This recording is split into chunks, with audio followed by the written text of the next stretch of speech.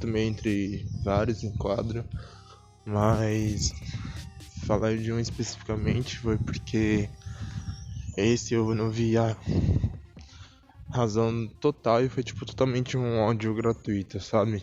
Sou da zona norte de São Paulo, moro em Taipas. E o relato que eu tenho pra falar sobre o enquadro que eu tomei foi quando eu voltava do serviço, eu trabalhava no mercado. Em relação ao meu trabalho, e numa distração minha com fone de ouvido, eu fui abordado por 2 policiais. Um desses policiais, de alto pronto, já tinha sacado a arma e apontado pra minha cabeça, enquanto o outro estava me revistando. Segredos das margens. Salve, salve! Você está chegando no segundo episódio do podcast Segredo das Margens. As histórias não contadas pela quebrada você ouve aqui. Lembrando que esse podcast é realizado pelo Você Repórter da Periferia 2.0, programa de formação e inclusão produtiva criado pelo Desenrola e Não Me Enrola. Vocês estão ligados, né? Que o Desenrola é um coletivo de comunicação periférica que produz conteúdos, formações e pesquisas a partir das identidades culturais dos sujeitos e territórios periféricos. Estamos aqui produzindo o podcast Segredo das Margens. Eu, Vitória Guilhermina, do Rio Pequeno, que vou apresentar o episódio de hoje, e tá sendo bem doido me comunicar com vocês pela voz, porque eu sou muito a pessoa da escrita, sabe? Que tem ela mesmo enquanto movimento político, tá ligado? Mas tá tudo bem, que a Tamires e a Luana estão aqui comigo. E aí, pessoal, tudo bom? Eu sou a Tamires Rodrigues, aqui do Jardim Ângela. E eu curto música, tecnologia, tá ligado? Trocar uma ideia sobre comunidades, território. E eu também sou louca por ouvir histórias da quebrada. E aí, gente? Meu nome é Luana Santos, moradora do Extremo Sul, Varginha. Sou comunicadora da Quebrada, apaixonada por audiovisual, som e jogos. É um prazer estar aqui para trocar uma ideia com vocês. Gente, estamos em todas as redes sociais como Desenrola e Não Me Enrola. Vamos deixar os links aí na descrição. E você aí? Já sabe o que fazer, né? Curte, compartilha, segue nós e bora divulgar as criações da Quebrada. E aqui você pode compartilhar sua história com a gente, enviando um áudio por meio do nosso WhatsApp.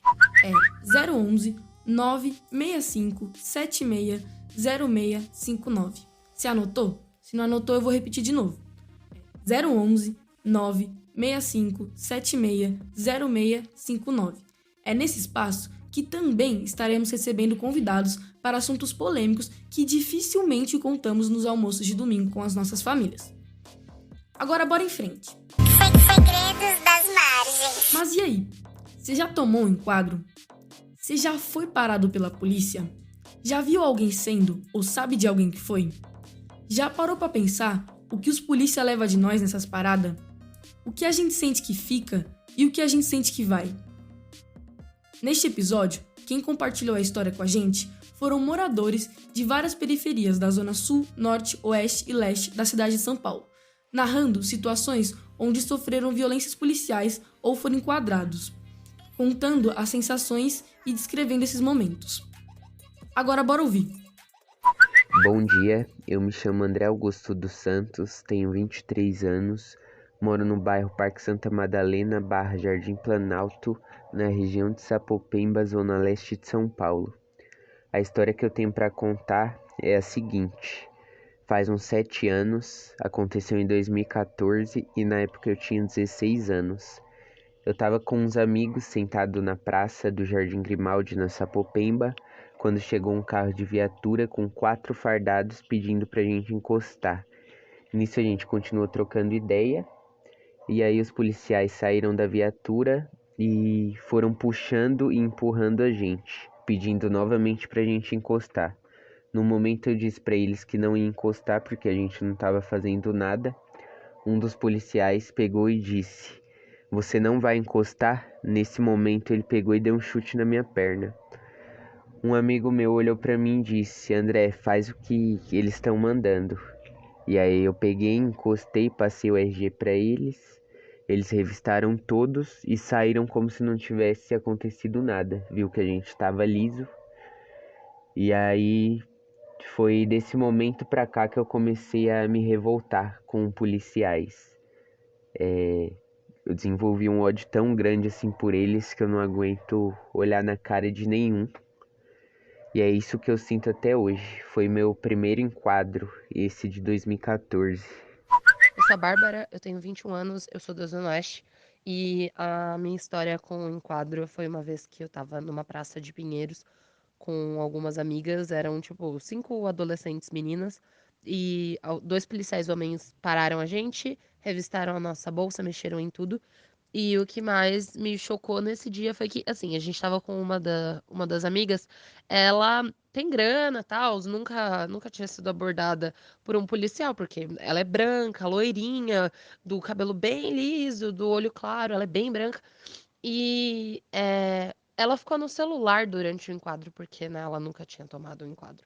E o policial chamou ela de meu anjo, falou, espera aí, meu bem. E é isso, assim, ignorou a existência dela. E aí eu fico me questionando se fosse uma mina preta ali no lugar, mexendo no celular na hora, se fosse eu na hora com o celular, se eu teria a mesma sorte.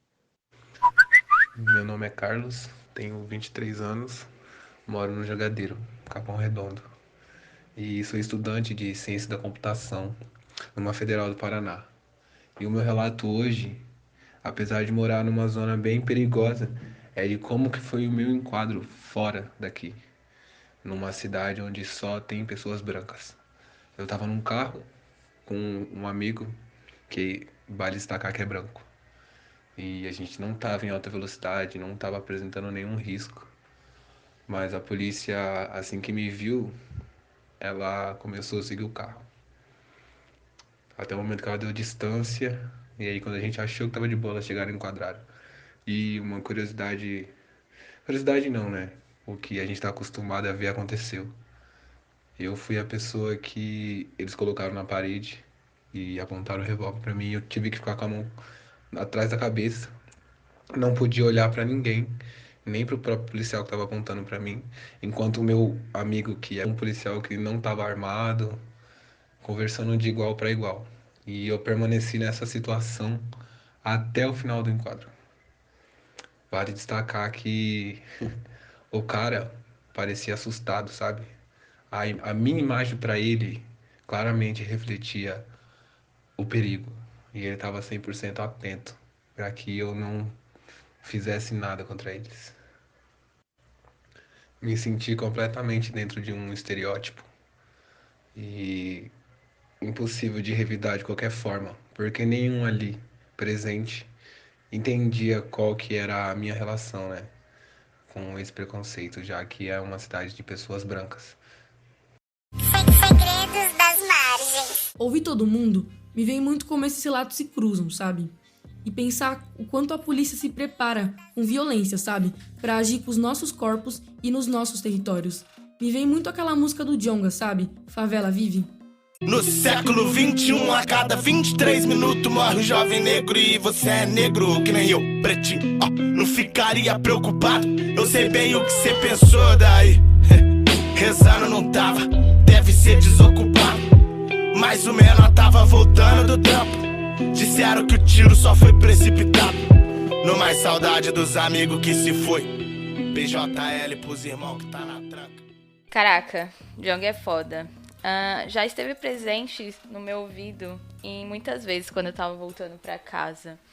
E esses relatos trazidos nesse episódio fazem referência às estruturas de poder que são fortalecidas pelo Estado, sabe? E que vai escolher quem pode viver e quem vai morrer. Isso aí é tipo necropolítica, né? Que é basicamente a política de atuação que o Estado adota em deixar que parte da população continue morrendo enquanto eles não fazem nada. A pandemia é um triste exemplo disso. Total, Lu. E tá muito evidente também naquilo que o Carlos trouxe, né? Quando ele relata que os polícias já veem ele como um perigo, já colocando esse estereótipo de homem negro como uma ameaça mesmo, sabe? E assim fica determinado quem vai viver e quem vai morrer. E com isso, hoje, nós convidamos a Maria Djane para trocar uma ideia. Ela é uma mulher negra, candomblessista e moradora do Capão Redondo.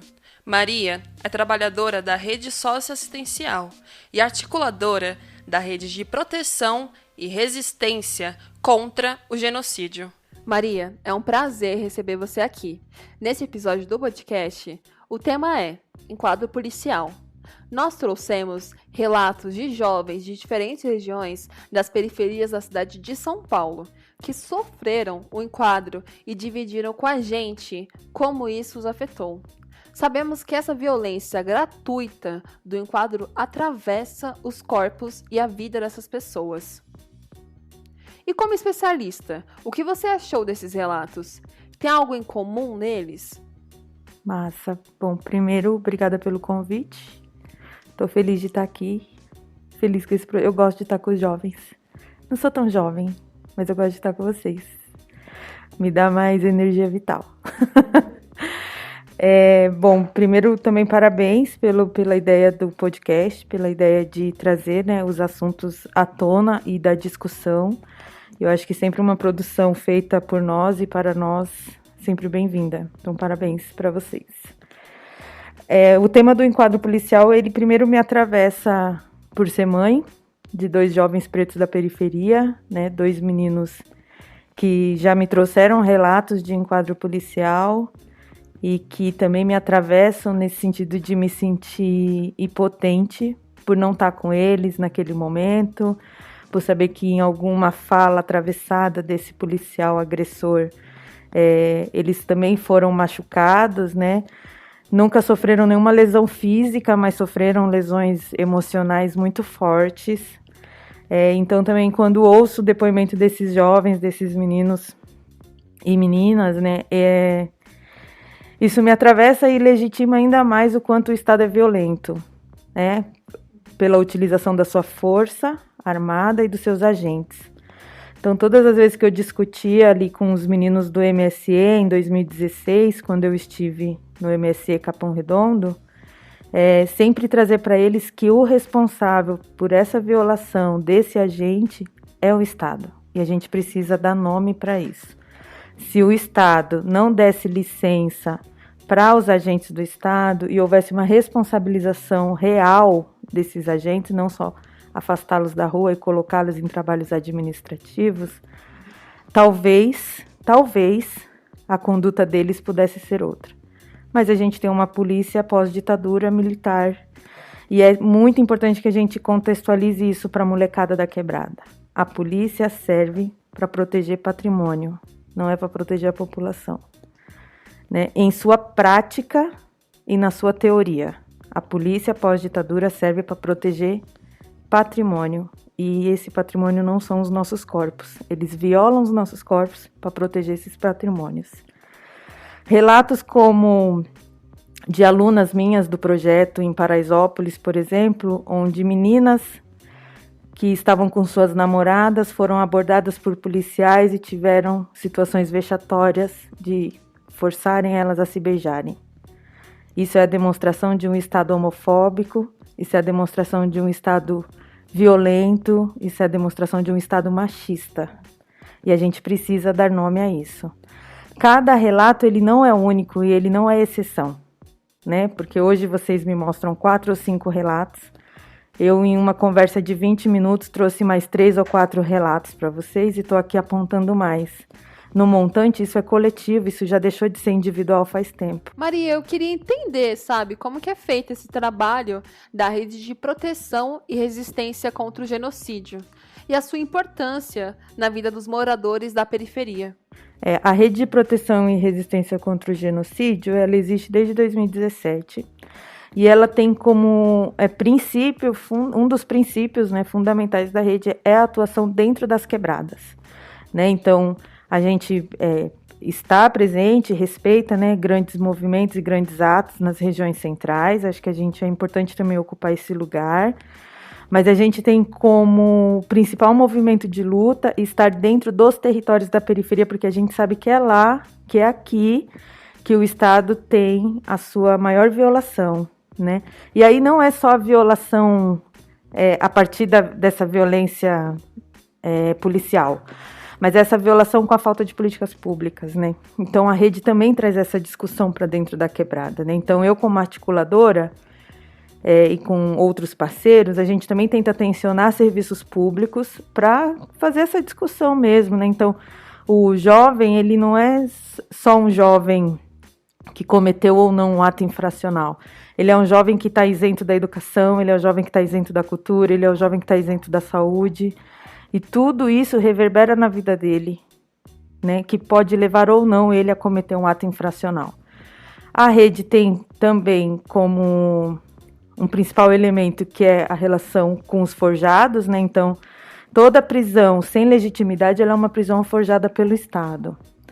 Então, desde acompanhamento desses meninos na delegacia ou até que eles sejam encaminhados para o CDP, tensionar a Defensoria Pública, né? Então, a gente tenta, junto com as famílias, né? Porque a gente também não toma esse partido sob nossa responsabilidade enquanto articulador, mas a gente tenta apoiar no que for necessário as famílias, seja com GT jurídico, ou seja com atendimento psicológico, ou seja para ajudar a fazer jumbo, ou seja para ajudar a tensionar a defensoria, para que esse menino tenha acesso à defesa o mais rápido possível, né?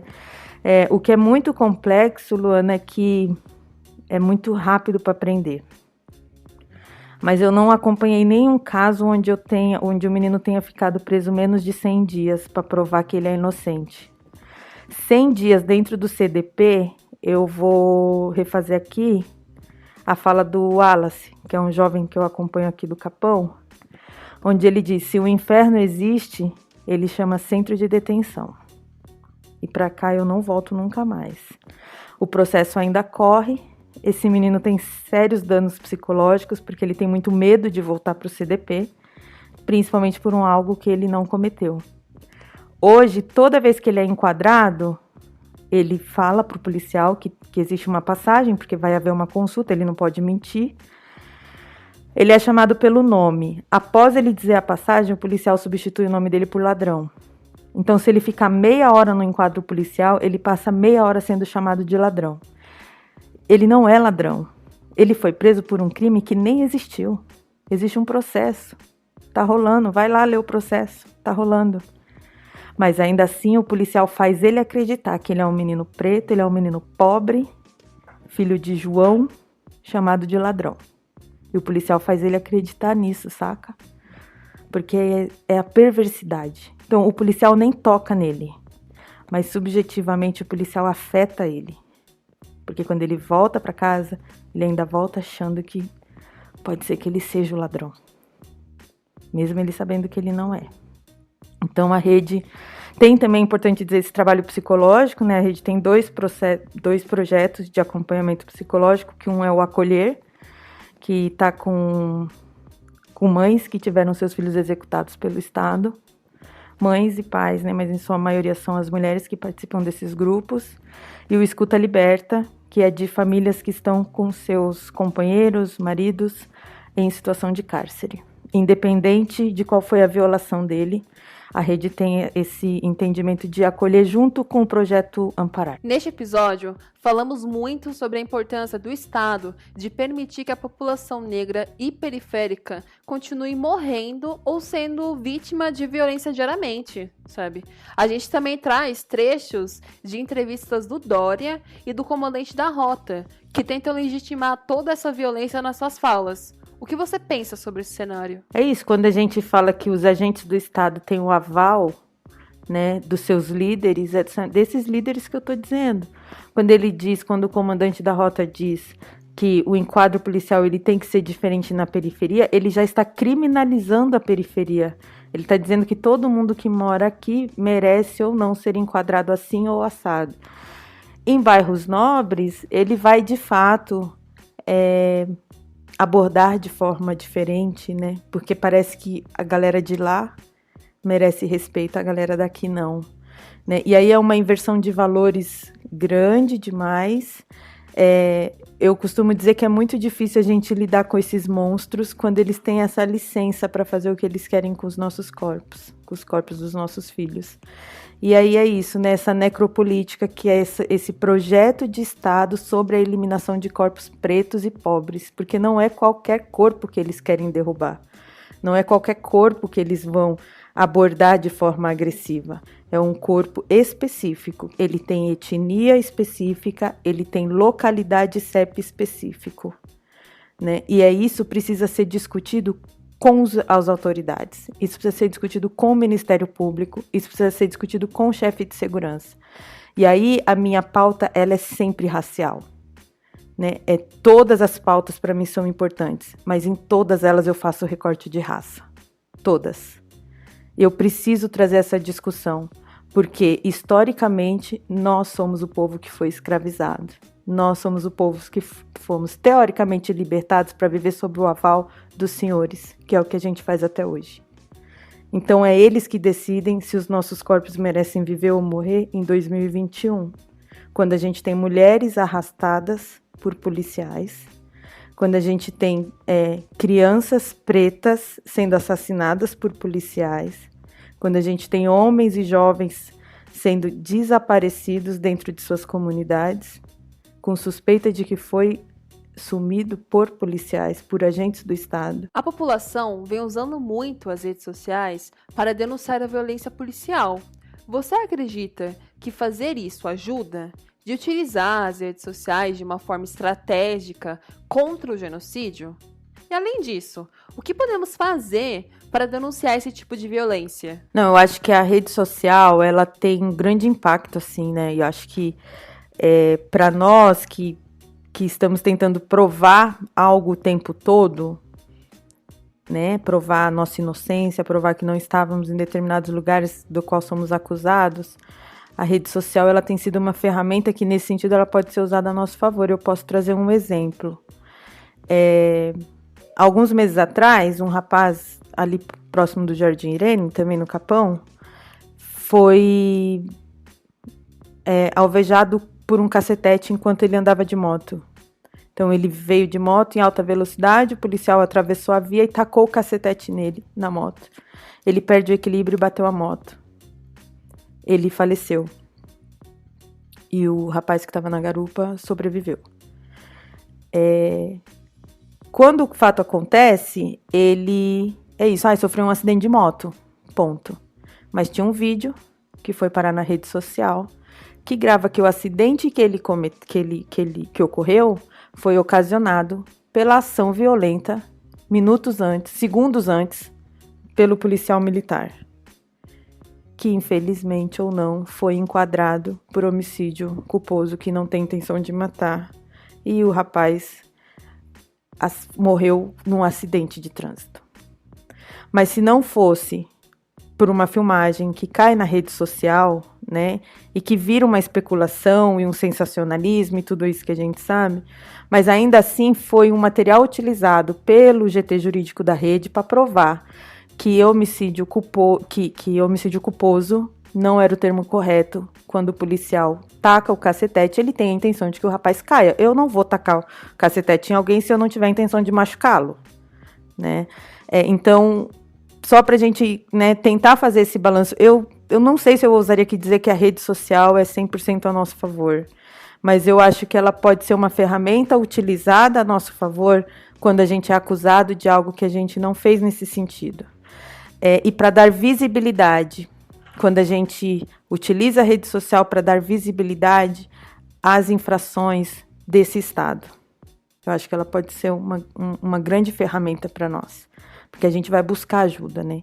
Então, em um dos casos que a gente acompanhou, do caso dos meninos do Engenho, foi através da rede social que eu fui buscar ajuda dos coletivos, da própria rede, em janeiro desse ano. Então, eu publicizava os textos, eu publicizei a história, e aí muitas centenas de compartilhamentos. Ainda assim, não foram menos de 100 dias que demorou para que os meninos fossem inocentados.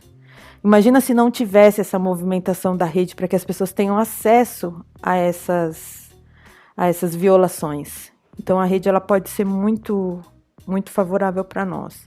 Mas tem um monte de fake news e a gente sabe também que tem um monte de gente se aproveitando dela a favor deles, né? E aí a gente também perdeu muito com os fake news, e a gente perde até hoje, né? Desde mamadeira de piroca a qualquer outra coisa inventada aí por bolsonaristas e que utilizam a mesma rede social que a gente para fazer a divulgação das barbaridades deles. Então, eu acho que é uma faca de dois gumes, como diz minha mãe, né? E aí acho que é a forma como a gente utiliza que vai ser ou não a nosso favor ou contra. Com os relatos, fica evidente como essas violências são parte de um plano, né?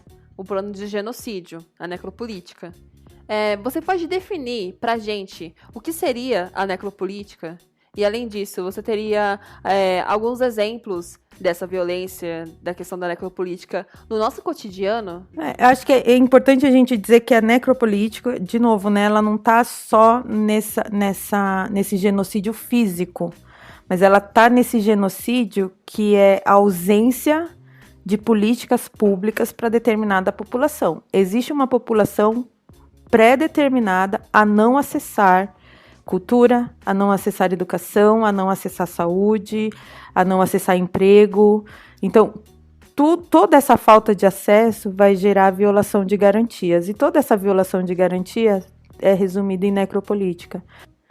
O último caso de execução que eu acompanhei dentro da Favela da Felicidade pela rede de proteção, que foi o caso do Gibinha, que é um caso extremamente emblemático, ninguém leva 6 tiros por legítima defesa. Ninguém dá 6 tiros em alguém por legítima defesa. Ele foi assassinado meio-dia por um policial civil, com 6 tiros, sob a acusação de que ele poderia estar armado. Gibinha nunca cometeu nenhum crime, mas era mais um menino preto, pobre, que foi assassinado dentro de uma viela. Então, a minha subjetividade ela vai ser atacada, né? Eu vou adoecer, eu vou morrer.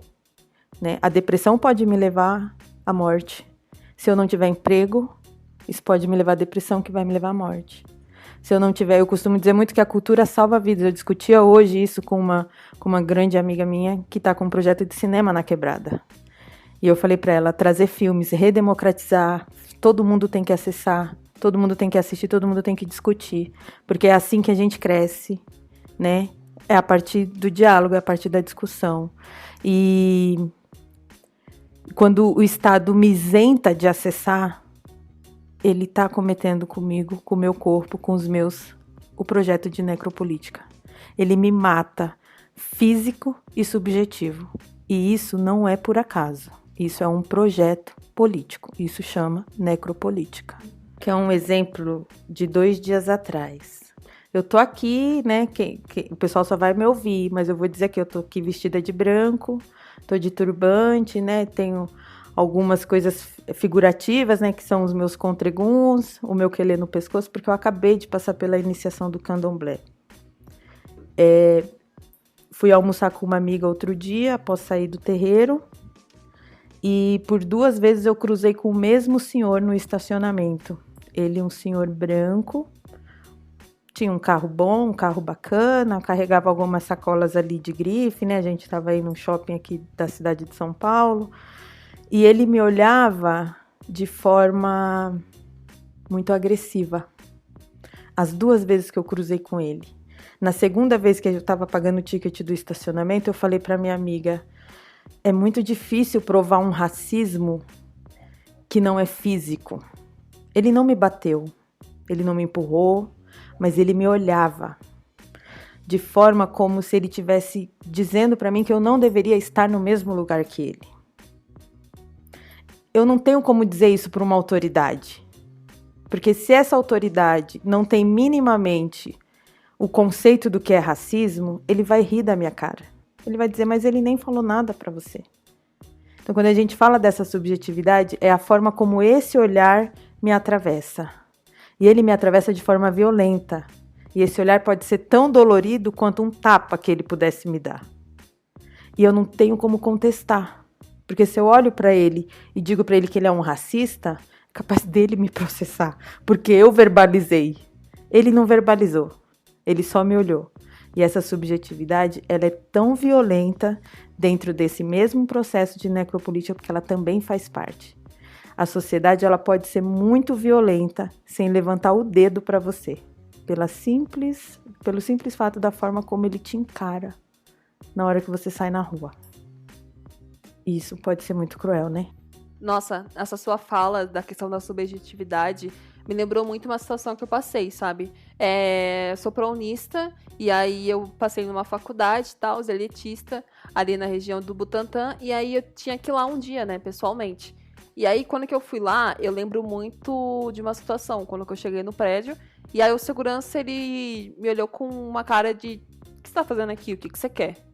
E, mano, eu tava ali porque eu tinha que estar lá, era um compromisso na faculdade. Mas ficou muito aquele sentimento de: velho, isso aqui não é meu lugar, sabe? Só pelo olhar dele.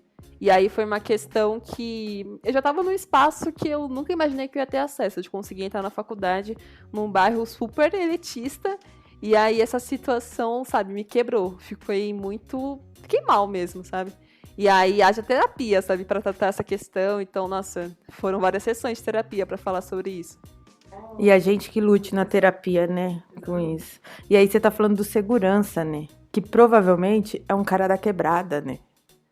É isso, que tá lá trampando também, assalariado, que nem a gente, mas tá lá trampando. E aí ele parece que ele é consumido, né, parece que ele sofre uma abdução, assim, para ele achar que ele pertence àquele lugar lá. Fala assim pra ele: irmão, você é muito mais parecido comigo do que com eles.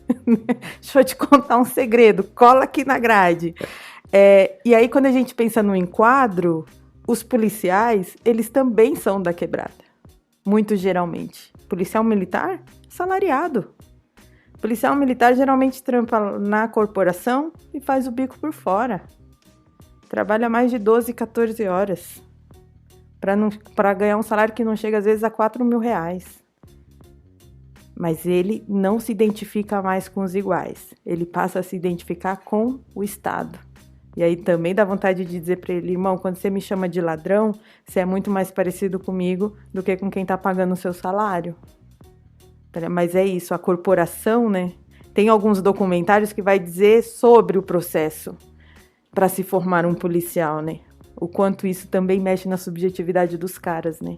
E aí eles passam a olhar a molecada, que ontem era eles, pé de barro, beira de campo, era eles também, era nós, estamos tudo aqui, ó, Quebrada, Jardim Ângela, M-Boi, Capão Redondo, saiu vários daqui.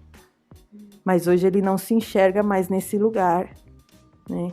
E aí ele vai achar que é mérito dele não estar mais nesse lugar, né? Vai achar que mereceu estar num outro lugar. Que lugar, irmão? Tá pagando conta e boleto igual nós.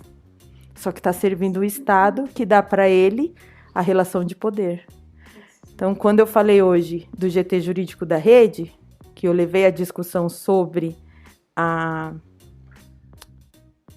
o desacato à autoridade, o que caracteriza o desacato à autoridade? A advogada fala para mim: qualquer coisa. Uma virada de olho, um suspiro mal dado, o cara pode entender que você está subestimando a autoridade dele. E ele pode te levar preso. Por quê? Porque você está mexendo no ego. É o ego. Eu mando, você obedece. A relação de poder. E para encerrar, como esse projeto genocida impacta a vida da população negra e periférica? Em conseguir se imaginar vivo, sabe? Tendo futuro, construindo família e não morrendo na mão do Estado. Eu tenho uma ideologia antipunitivista, né? Abolicionista, de pensar que a gente pode resolver as nossas relações sem necessariamente trazer esse judiciário racista, classista, que não serve pra gente, né? Que, na verdade, só efetiva as ações do Estado, eliminando os nossos. Mas eu também acredito muito na responsabilização e num outro projeto de sociedade, sabe, Luana? Eu sou uma mulher de terreiro, né? Eu sou uma mulher de quebrada, eu sou uma mulher que acredito muito assim, ó, acabou meu açúcar, eu vou bater aqui no seu portão, tá ligado? Eu tenho um filho pequeno, esse filho pequeno, ele é nosso, a gente pode compartilhar esses cuidados. Eu acredito muito no poder da coletividade, eu acredito muito que ninguém, absolutamente ninguém faz nada sozinho, né? Eu preciso de pelo menos mais um para fazer alguma coisa, até porque sozinho isso vai fazer sentido para quem? Né? Aquilo que eu faço precisa fazer sentido para o outro, o que o outro faz precisa fazer sentido para mim. Então eu acredito sim que a gente, possa viver um outro modelo societário. Se você me perguntar qual é esse modelo, eu só sei pensar nele de forma coletiva, porque ninguém faz nada só. E foi assim que eu aprendi desde pequena, e foi assim que eu aprendi dentro do terreiro, e é assim que eu tento viver com os meus amigos, é assim que eu tento viver com os meus filhos, no meu ambiente de trabalho. Mas cada vez que eu abro a rede social, ou cada vez que eu me dou conta de que a gente vive um momento político tão perverso, eu fico pensando, não é possível que possa piorar. Em algum momento lá atrás, eu imaginei que não pudesse piorar, e piorou. Né? Eu não sei se dá para ser daqui para pior, a menos que haja uma reeleição o ano que vem. Aí, é o próprio apocalipse. Eu não consigo pensar em outra coisa. Mas eu acredito sim, e eu acredito na educação, eu acredito na cultura, eu acredito em vocês. Assim. Então, quando eu digo que eu gosto de estar com jovens, porque me dá energia vital, é de pensar que eu, na idade de vocês, não fazia o que vocês fazem. Então, vocês vão muito mais longe do que eu e uma companheirada que está beirando os 40 também já conseguiu chegar, saca? Então, quando eu olho para vocês e olho para os meus filhos e olho para a molecada que eu atendo no SASF ou na rede de proteção, eu fico pensando, mano, é essa juventude aí que quando chegar com a minha idade vai estar, mano, o estouro, sabe? Trazendo discussão, falando sobre homossexualidade, falando sobre sobre genocídio, trazendo outros jovens para discussão. A gente vai perder muito? Vai, porque a gente sempre teve perdas, mas eu acho que elas vão ser menores do que já foi um dia. Para quem viveu aqui no Jardim Ângela na década de 90, sabe que tá vivo hoje pode ser um milagre. Então eu acredito no outro modelo de sociedade, mas quem vai fazer não sou eu não, são vocês. Nossa, primeiramente, muito obrigada por você ter topado participar e ter essa conversa aqui com a gente, que foi muito, mas muito importante, assim. Eu tô saindo dessa conversa, assim, totalmente feliz e realizada, porque eu acho que a gente conseguiu falar sobre todos os pontos e passar a mensagem que a gente queria nesse episódio, sabe? Pra quem vai escutar e vai ter acesso a essa conversa que a gente teve aqui hoje.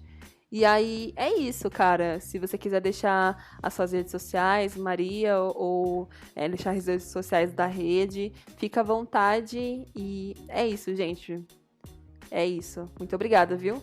Eu que agradeço de novo. Agradeço e parabenizo vocês novamente. Acho que o projeto, né? O Desenrola e Não Me Enrola. Eu falei, se eu tivesse a idade de vocês, eu com certeza estaria aqui.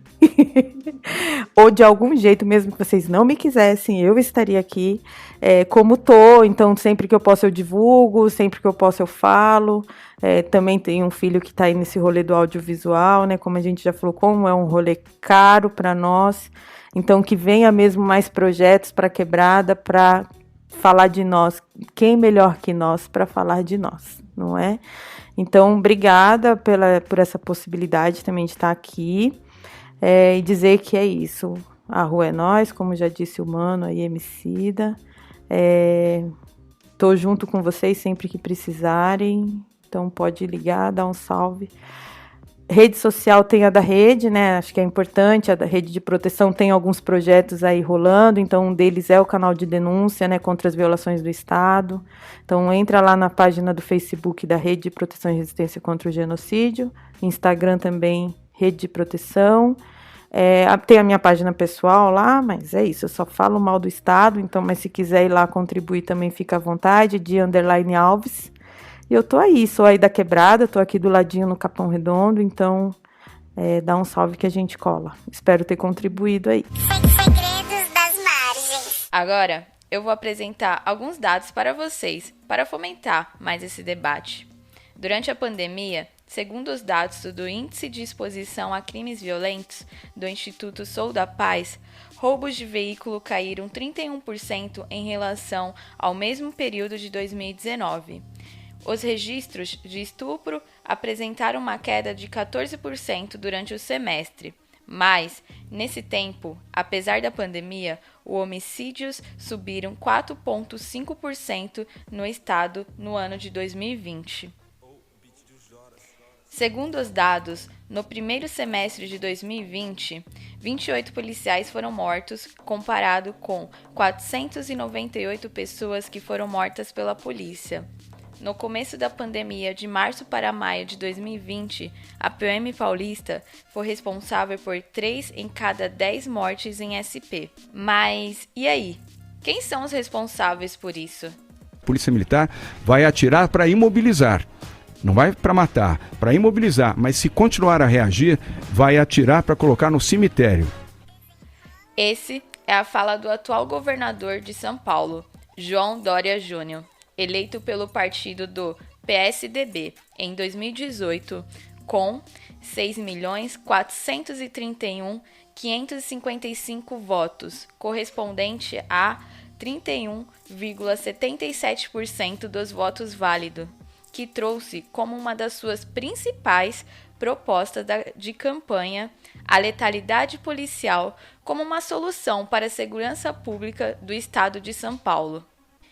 E mesmo depois de todos esses dados do aumento da letalidade policial em 2020, ano que iniciou a pandemia no Brasil, o governador João Dória, durante a entrevista no Roda Viva em agosto de 2021, foi questionado sobre a desmilitarização da polícia no estado de São Paulo. E a sua posição foi? Não tenho razão nenhuma para desconfiar, desconsiderar ou censurar a Polícia Militar de São Paulo. Mas e aí, Dória? Se a polícia sabe ter controle sobre ela própria, por que precisa usar câmeras nas suas fardas? Segundo os dados da Agência Brasil, câmeras corporais diminuem a letalidade em ações policiais em São Paulo. Os equipamentos são fixados nas fardas dos policiais e fazem registros contínuos de áudio e vídeo. Em 18 batalhões que fazem uso de câmeras corporais, não houve registros de mortes. E durante a conversa com algumas pessoas que entrevistamos, uma das perguntas que sempre aparece na hora do enquadro é: da onde você é? Mas por que o policial precisa saber o endereço da pessoa que ela está abordando? Você pega um policial que trabalha nos jardins, a forma que ele vai lidar com a comunidade ou com as pessoas que transitam por lá é totalmente diferente do policial que trabalha na periferia. Essa é uma fala do comandante Ricardo Augusto Nascimento de Mello, tropa de elite da PM, Polícia Militar de São Paulo, onde ele evidencia o que as pessoas trouxeram nesse podcast. Por você ser apenas um morador da periferia, você terá uma abordagem mais agressiva, diferente se você morasse em Alphaville. Você pode ser macho na periferia, mas aqui você é um bosta. Aqui é Alphaville, mano. Esse áudio que acabamos de ouvir viralizou nas redes sociais em maio de 2020, mas continua muito atual. Segredos das margens. E aí, manas? Depois de todos esses dados e até falar dos nossos governadores e representantes da polícia, queria saber de vocês. Como tá sendo as ações do que eles chamam de segurança pública na quebrada de vocês? Vocês enxergam que mudou alguma coisa com a pandemia? Fala aí pra mim, Tamires. Olha, mano, durante a pandemia eu presenciei, várias coisas nas redes sociais, nas notícias da polícia matando crianças, mas acho que o que mais me tocou foi uma coisa que eu vivi, que acho que foi em março de 2021, uma amiga minha me ligou falando que ela tinha perdido o sobrinho dela, que a polícia matou. E aí eu fui na casa dela e eu acho que eu nunca vi uma cena tão triste, que eu vi a mãe dele chorando. E aí, naquele momento, eu vi que, poderia ser eu enterrando um filho meu também. E aquele momento, pra mim, eu vi que a gente não tá seguro a nenhum momento. Principalmente se a gente estiver morando na periferia. Eu acho que durante a pandemia, também nas redes sociais, eu acho que a gente acabou percebendo o tanto que a população preta e periférica é vulnerável, sabe? A gente continua sendo alvo quase que certeiro ou até mesmo predileto, sabe? É realmente uma coisa que fica muito na minha cabeça. Como que a gente viu as violências acontecendo, parece que a polícia tava se sentindo, agora que tá todo mundo em casa mesmo, vou ali na quebrada, vou fazer o que eu bem quero. Ainda mais com esse governo que basicamente autoriza, sabe? Assina que a gente continua... Não sei dizer, mas acho que na pandemia, na minha quebrada, acho que a violência ficou cada vez mais, sabe? Quando a gente pensa na repressão da polícia, sabe?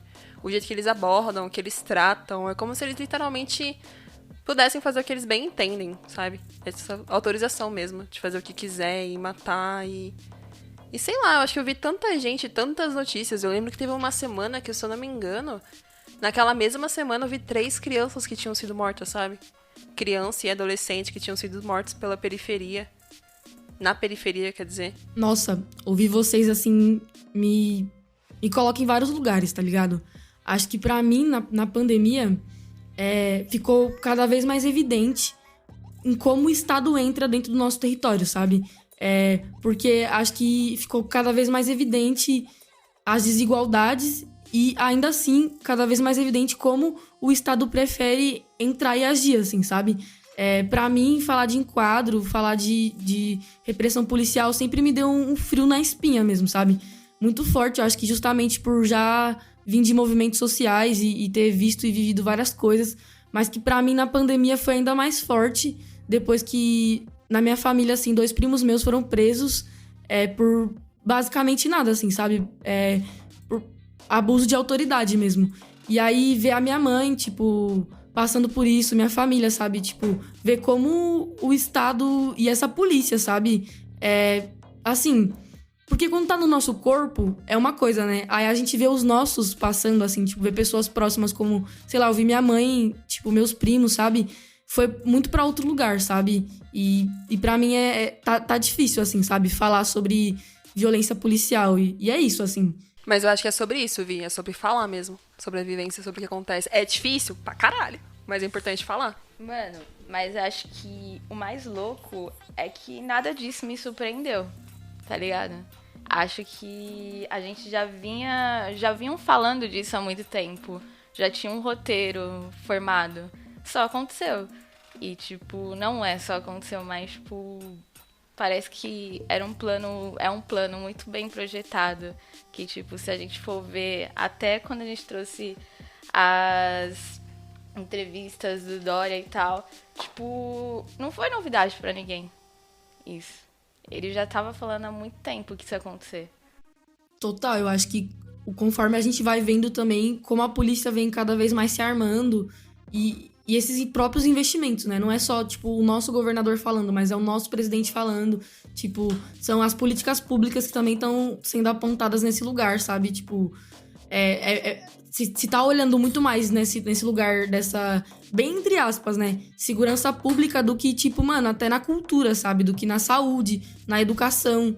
E é muito foda, né? A gente tá vendo aí a cada vez mais a conta de luz aumentar, a conta de água aumentar, a gente pagando cada vez mais imposto e a gente vai vendo onde isso é investido, né?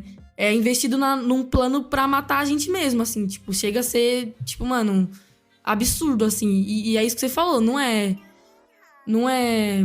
tipo, de agora, sabe? E o quanto isso é o que a gente tem falado aqui, é um plano mesmo. Se não mata de fome, mata de bala, se não mata de bala, mata de todas as outras formas. É literalmente isso. É fome, é tudo isso que tá acontecendo. Mas é isso, acho que fica aí a reflexão, sabe? E ter essa conversa e falar sobre isso, acho que é o mais importante. Porque às vezes a gente fica se sentindo, eu pelo menos fico me sentindo, mano, será que eu não tô viajando? Será que a gente não tá teorizando muito, não sei o quê? E falar sobre isso e entender isso é muito importante, porque a gente começa a pensar o que a gente tem que fazer, então, contra tudo isso, sabe? Segredos das margens. E por hoje é isso. Espero que esse debate tenha feito você refletir e que esse papo não acabe aqui. Eu vou deixar uma reflexão aqui para vocês mandarem um papo lá pra gente nas redes sociais. Vocês já se sentiram intimidados pelas abordagens policiais ou até mesmo sentiram medo dessas intimidações nos corpos das pessoas próximas a vocês? Lembrando que a gente tá em todas as redes sociais como Desenrola e Não Me Enrola. Então bora seguir tirando esse segredo das margens. E a gente também vai encerrar deixando um salve para todos que continuam lutando contra esse plano de genocídio contra os nossos. E agora, a Tamires e a Luana vão entrar na voz para passar alguns recados. Gente, esse podcast é quinzenal e estará sempre disponível para você compartilharem o podcast Segredo das Margens.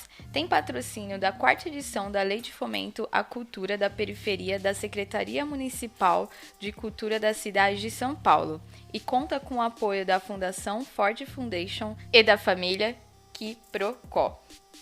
E você aí que nos ouve, Tem alguma história que nunca contou pra ninguém? Ah, deixa disso. Compartilhe ela com a gente. Será totalmente anônimo e vamos proteger a sua identidade. Nosso telefone é 11 96 57 60 659. Vem de zap. Você pode ouvir a gente no Spotify e no YouTube. Acompanhe outras notícias pelo boletim do nosso WhatsApp. Basta se cadastrar na nossa lista de transmissão, mandando um oi lá no Zap. Esse episódio foi produzido e tem roteiro por mim, Vitória Guilhermina, Tamires Rodrigues e Luana Santos. Trilha sonora de Jonas Rosa, identidade sonora da família Quiprocó. E neste episódio utilizamos áudios da Roda Viva, do canal Jovem Pan e UOL. Por hoje é isso. Até o próximo segredo. O movimento Mãe de Maio, ele nasceu em maio de 2006. É um movimento de mulheres que não se curvou para o Estado. O Estado veio e retirou os nossos filhos, e desde o momento que o Estado retirou nossos filhos, nós tínhamos que reagir. No começo eu não reagi. Eu caí numa cama do hospital, mas aí meu filho apareceu para mim no 5º dia e me deu uma sacudida, me tirou de cima da cama e disse: mãe, não adianta a senhora ficar dessa forma, porque eu não volto mais. Lute pelos que estão vivos.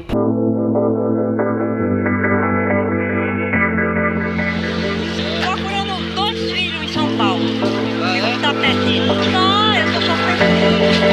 Silva Azevedo Souza. E o outro é uma filha neném, mas o nome dele é Sebastião Azevedo de Souza. Ele é carpinteiro. Veio dizer que ele tá em São Paulo. Eu não sei. Eu queria tanto achar eles. Chapa, desde que cê sumiu, todo dia alguém pergunta de você. Onde ele foi, mudou, morreu, casou, tá preso, se internou. É mesmo,